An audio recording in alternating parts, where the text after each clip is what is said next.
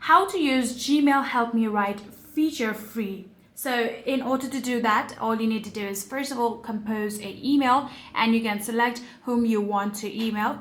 So let's just say I want to email to a particular person, just like this, right? So after selecting that person, now you want to compose the email. So in here, you can see the option of Write Me Help. If you swipe to left, you'll be able to see the option, or else you can simply tap on the pencil-like option on the top right here. So now what we're going to do is write a prompt for this AI.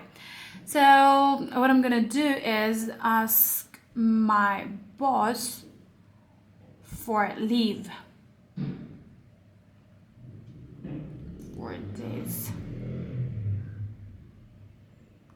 Sick leave.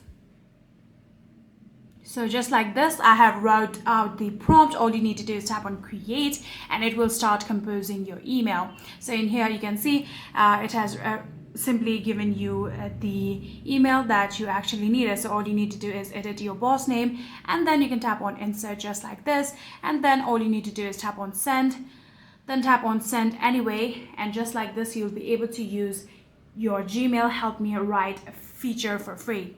And that's it.